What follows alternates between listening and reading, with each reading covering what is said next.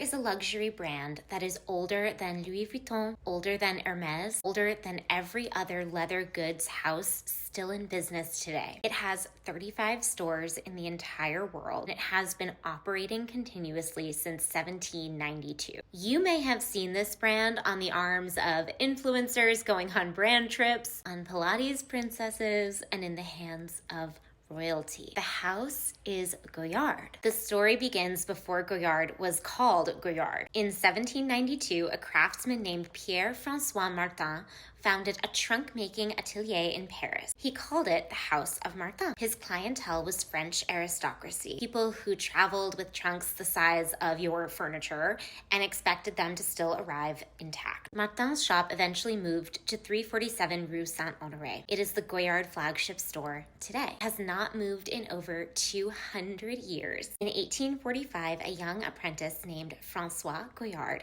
began training at the atelier under Martin and the then head of the company, Louis-Henri Morel. When Morel died in 1852, Goyard took over. He renamed the company the House of Goyard, and he ran it with one controlling principle.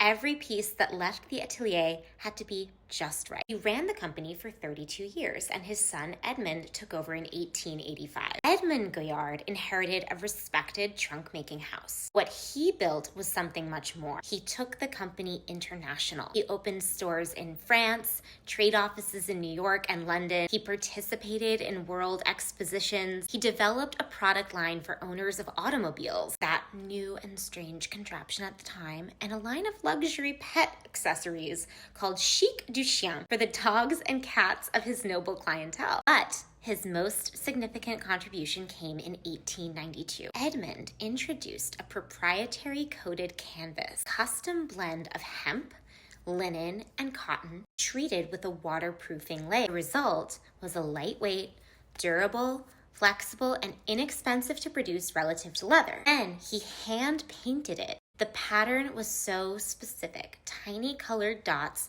arranged into interlocking chevrons. The dots were a reference to the log drives of his ancestors, and the chevrons formed a repeating Y for the central letter in the name Goyard. The company officially named this canvas Goyardine in 1982, but it had been in continuous production since that day in 1892. Edmond had done, without fully knowing it, was invent something the luxury industry had never seen before. This was the first time a trunk or luggage maker had printed their own branding directly onto their product, not a logo on a clasp or a stamp on a lining. The branding was the material itself.